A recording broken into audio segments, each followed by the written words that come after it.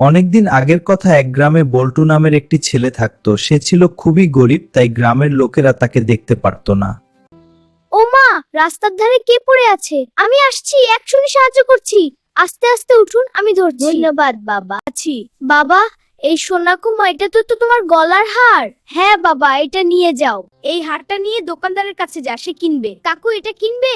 আমি ব্যবসা করব। হ্যাঁ, এই নাও টাকা। ধন্যবাদ। এবার আচার বিক্রি করব। তারপর বল্টু প্রতিদিন আচার বেচতো, আর ধীরে ধীরে তার ব্যবসা বড় হতে লাগলো। সে একটি সাইকেল কিনলো আচার নিয়ে যাওয়ার জন্য।